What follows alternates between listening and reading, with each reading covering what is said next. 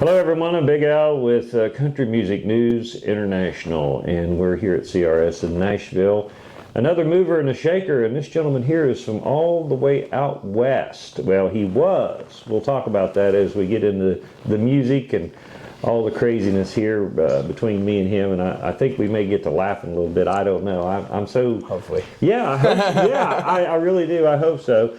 But Max McNown is with us, and he's got a lot of great music. But before we get that music, I'm kind of interested in your upbringing in Oregon, because that's where you're originally from. So how'd you get into music, and what kind of music? I know it's country music, but there's all sorts of brands of country music. Yeah. So, man, music in general, I got into it primarily because my dad played guitar when I was younger, and I remember one of my fondest memories of my childhood is when I had just my three brothers. I got three brothers and a sister, big family.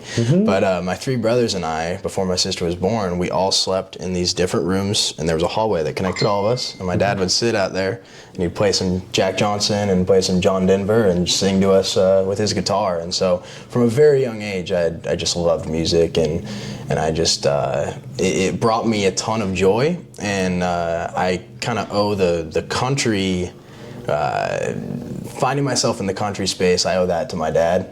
He grew up in a ranch community in California called Hollister. So he grew up a lot of ranch life and country music, and so the roots run deep with him, and it was passed on to me.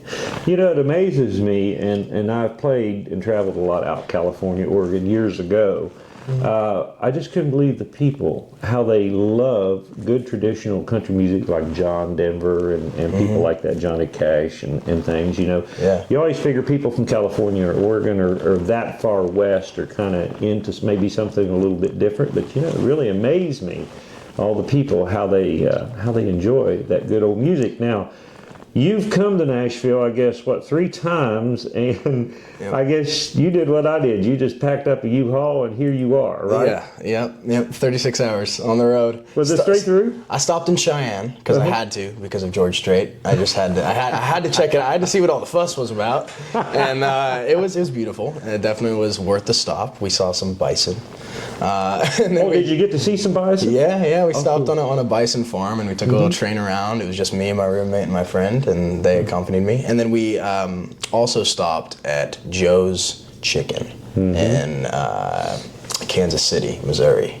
So those are our only 2 stops, 2 priorities, and other than that, we gunned it. You know, 20 years ago, I could have made that trip straight through, but ladies and gentlemen, there is no way even on 2 stops could I make it, because I drink so much coffee and water, man. I get pulled over all the time. My bladder ain't as good as it used to be, man. So you're in Nashville. Let me ask this, and people might understand a little bit more as we get into your music, though, but California, Oregon experience, your dad's experience, you stopped in and checked out Cheyenne, Wyoming, Kansas City. And I don't care, when you travel, you get experiences, you see things, and it's just, you know, you think, maybe someday I'll either write a song about that, or, you know, what am I going to do when I get to Nashville? Oh, yeah. Man, you are in Music City. Do you know it's almost been 100 years ago, a group of black people, they have a black university here, it's called Fisk University. Okay. And Queen Elizabeth invited, at that time, it's nearly 100 years ago, some of the singers from Fisk University to come to England.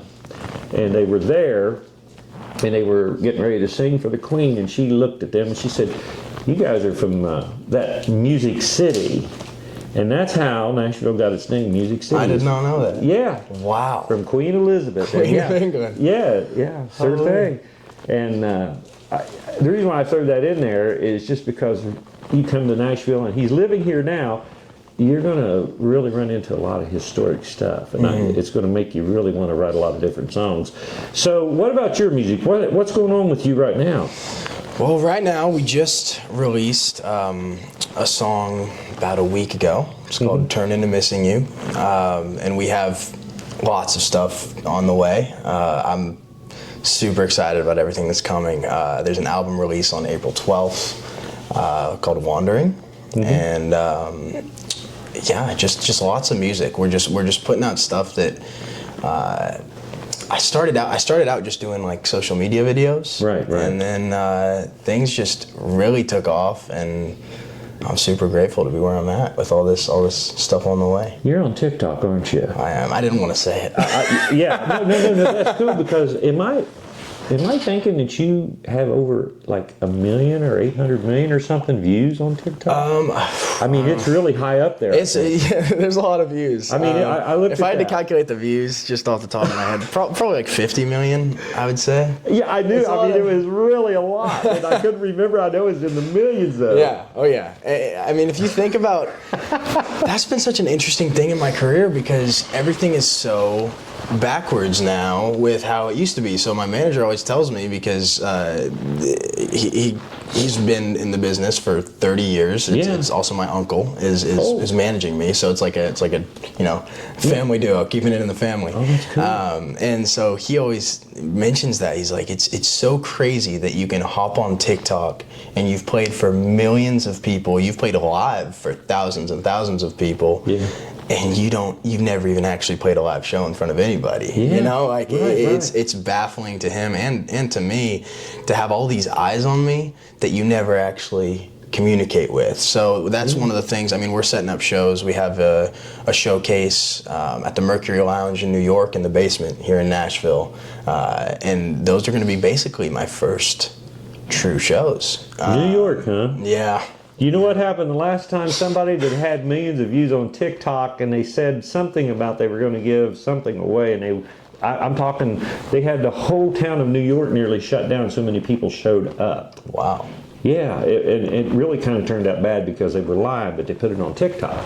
So, you know something, if you might put on TikTok that you got something you're going to give away, you might shut the whole town down. Would that be something? I don't think too many people can fit in the Mercury Lounge. It's like 200 cap or something. Hey, man, if you're going to pack it out, dude, pack it out. Tell them put a big screen TV out there. And I hope so. I hope we can pack it out. That'd be sick. Well, you don't know, because you have all these viewers, but you don't know about your touring fan base. You don't know who's coming to your shows. Yeah.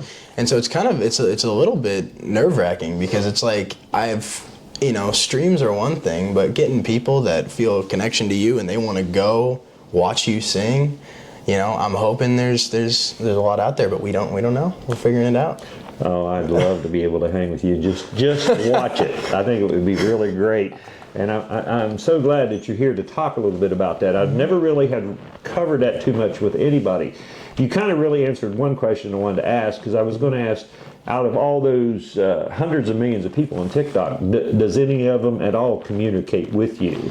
Yeah, I mean, messages. So when I first started, and I first started posting, and the videos first started to do well, I made it just my goal. I was like, I'm going to respond to every single person that messages me. Oh boy. That lasted about 3 weeks. I was trying. I remember I was visiting my family, and my dad was like, man, you've been on your phone all day. And I'm like, I'm trying to be a good communicator with all these people that are kind enough to comment and send messages, so I'm trying to respond to all them. It became a full-time job. It was like 6 hours a day, and eventually just became too taxing. So I communicate with as many people as I can.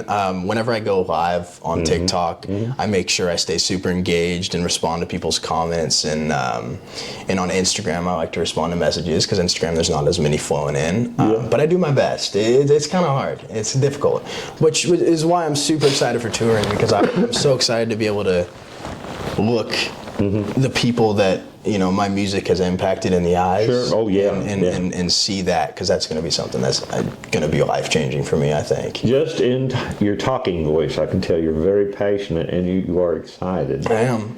And, I'm not excited though, and I'll tell you why, Christian, is because if I get 50 people on Facebook and they comment, I'm like, oh dude, 50 people, but 800 million? I mean, less, or 50 million, whatever the case may be.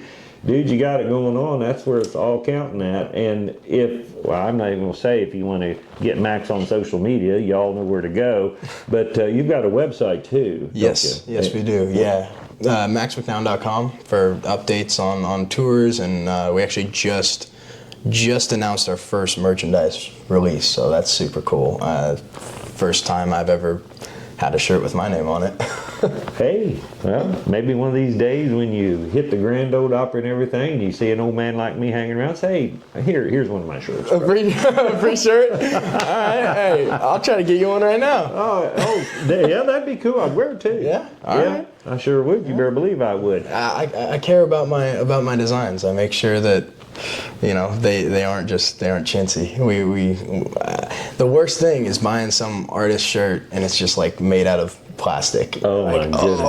Yeah, I hate that. That's horrible. I've got an artist shirt on right now, and it's really a great shirt. It's really comfortable. You know, and it's so freaking cold here in Nashville. But anyway, Max McNown, everybody. You go check him out on Facebook, TikTok, everywhere else. And one other thing, I'm sure that they can probably even get on YouTube and check you out.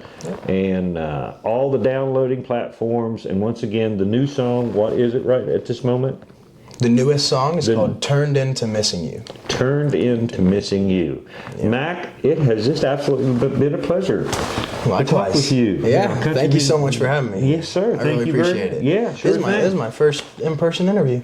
Really? Yeah, you're the first one. Well, I ain't gonna kiss you or nothing, but I mean, I That's think, not where I was going. No, I was hoping not. Anyway, everybody, you can always check out more country music news and bluegrass and gospel music on countrymusicnewsinternational.com, and you can also check out old Mac McNown here, looking